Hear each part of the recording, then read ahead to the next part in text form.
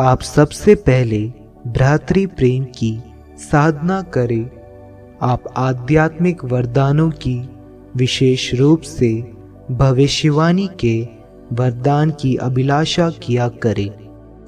क्योंकि जो अपरिचित भाषा में बोलता है वह मनुष्यों से नहीं बल्कि ईश्वर से बोलता है।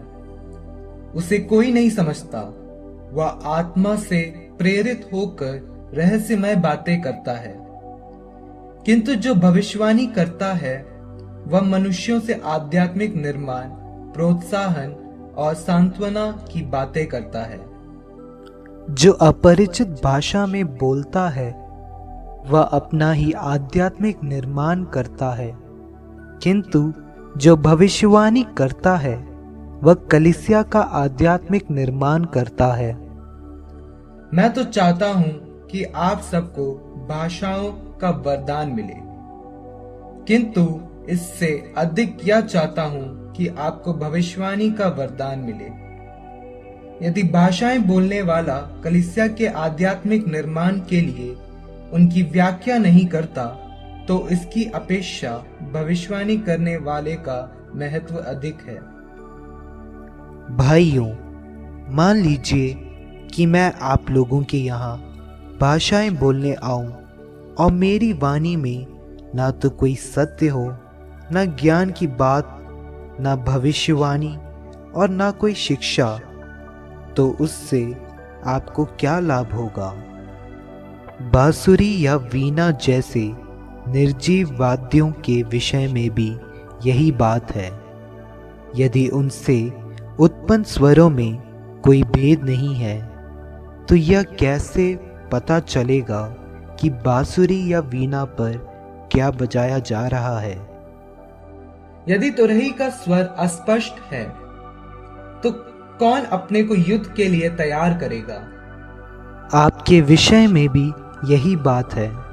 यदि आप सुबोधगम्य शब्द नहीं बोलते, तो यह कैसे पता चलेगा कि आप क्या कह रहे हैं? आप केवल हवा से बातें करेंगे। संसार में ना जाने कितनी भाषाएं हैं और उनमें एक भी निरर्थक नहीं। यदि मैं किसी भाषा का अर्थ नहीं जानता, तो मैं बोलने वाले के लिए परदेशी हूँ और बोलने वाला मेरे लिए परदेशी है। आपके विषय में भी यही बात है। आप लोग आध्यात्मिक वरदानों की अभिलाषा करते हैं, इसलिए ऐसे वरदानों से संपन्न होने का प्रयत्न करें जो कलीसिया के आध्यात्मिक निर्माण में सहायक हो। अपरिचित भाषा बोलने वाला प्रार्थना करे, जिससे उसको व्याख्या करने का वरदान भी मिल जाए। क्योंकि यदि मैं किसी अपरिचित भाषा में प्रार्थना करता हूँ, तो मेरी आत्मा प्रार्थना करती है, किंतु मेरी बुद्धि निष्क्रिय है। तो क्या करना चाहिए? मैं अपनी आत्मा से प्रार्थना करूंगा और अपनी बुद्धि से भी। मैं अपनी आत्मा से गीत गाऊंगा और अपनी बुद्धि से भी। यदि आप आत्मा से आविष्ट होकर ईश्वर की स्तुति करते हैं, तो वहां उपस्थित साधारण व्यक्ति आपका धन्यवाद सुनकर कैसे आमीन कह सकता है? वह यह भी नहीं जानता कि आप क्या कह रहे हैं। आपका धन्यवाद भले ही सुंदर हो, किंतु इससे दूसरे व्यक्ति का आध्यात्मिक निर्माण नहीं होता। ईश्वर को धन्यवाद, मुझे आप सभी से अधिक भाषाएं बोलने का वरदान मिला है। किंतु अपरिचित भाषा में 10,000 शब्द बोलने की अपेक्षा मैं दूसरों को शिक्षा देने के लिए धर्म सभा में अपनी बुद्धि से 5 शब्द बोलना ज्यादा पसंद करूंगा। भाइयों, सोच विचार में बच्चे मत बने। बुराई में बच्चे बन रहे, किंतु सोच विचार में सयाने बने। संहिता में लिखा है, प्रभु कहता है, मैं अन्य भाषा भाषियों द्वारा विदेशी भाषा में इस प्रजा से बोलूंगा और वह मेरी बात पर ध्यान नहीं देगी। इससे स्पष्ट है कि अपरिचित भाषाएं विश्वासियों के लिए नहीं बल्कि अविश्वासियों के लिए चिन्ह स्वरूप है, और भविष्यवाणी अविश्वासियों के लिए नहीं बल्कि विश्वासियों के लिए है। जब सारी कलीसिया इकट्ठी हो जाती है, तब यदि सब लोग भाषाएं बोलने लगे और उस समय कोई अदीक्षित या अविश्वासी व्यक्ति भीतर आ जाए, तो क्या वे यह नहीं कहेंगे कि आप प्रलाप कर रहे हैं? परंतु यदि सब भविष्यवाणी करे और कोई अविश्वासी या अदीक्षित व्यक्ति भीतर आ जाए, तो वह उनकी बातों से प्रभावित होकर अपने को पापी समझेगा और अपने अंतःकरण की जांच करेगा। उसके हृदय के रहस्य प्रकट हो जाएंगे। वह मुंह के बल गिरकर ईश्वर की आराधना करेगा और यह स्वीकार करेगा कि ईश्वर वास्तव में आप लोगों के बीच विद्यमान है। भाइयों, इसका निष्कर्ष क्या है? जब जब आप लोग सभा करते हैं तो कोई भजन सुनाता है, कोई शिक्षा देता है, कोई अपने पर प्रकट किया हुआ सत्य बताता है, कोई अपरिचित भाषा बोलता है और कोई इसकी व्याख्या करता है। किंतु यह सब आध्यात्मिक निर्माण के लिए होना चाहिए।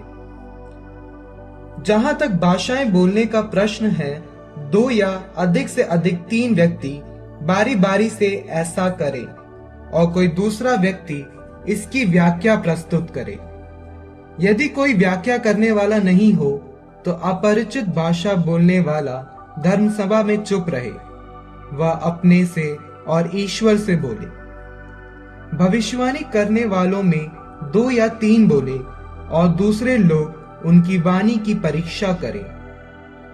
यदि बैठे हुए लोगों में किसी पर कोई सत्य प्रकट किया जाता हो तो पहला वक्ता चुप रहे। आप सभी लोग भविष्यवाणी कर सकते हैं, किंतु आप एक एक कर बोले, जिससे सबको शिक्षा और प्रोत्साहन मिले। भविष्य वक्ता अपनी भविष्यवाणी पर नियंत्रण रख सकता है, क्योंकि ईश्वर कोलाहल का नहीं वरन शांति का ईश्वर है। संतों की सभी कलीसियाओं की तरह आपकी धर्म सभाओं में भी स्त्रियां मौन रहें। उन्हें बोलने की अनुमति नहीं है। वे अपनी अधीनता स्वीकार करें, जैसा कि संहिता कहती है। यदि वे किसी बात की जानकारी प्राप्त करना चाहती हैं, तो वे घर में अपने पतियों से पूछे। धर्म सभा में बोलना स्त्री के लिए लज्जा की बात है। क्या ईश्वर का वचन आप लोगों के यहाँ से फैला या केवल आप लोगों तक पहुंचा है? यदि कोई समझता है कि वह भविष्यवाणी या अन्य आध्यात्मिक वरदानों से संपन्न है, तो वह यह अच्छी तरह जान ले कि मैं जो कुछ आप लोगों को लिख रहा हूं वह प्रभु का आदेश है। यदि कोई यह अस्वीकार करता है तो वह प्रभु द्वारा अस्वीकार किया जाता है। भाइयों, निष्कर्ष यह है, आप भविष्यवाणी के वरदान की अभिलाषा करें, किंतु किसी को भाषाएं बोलने से ना रोके।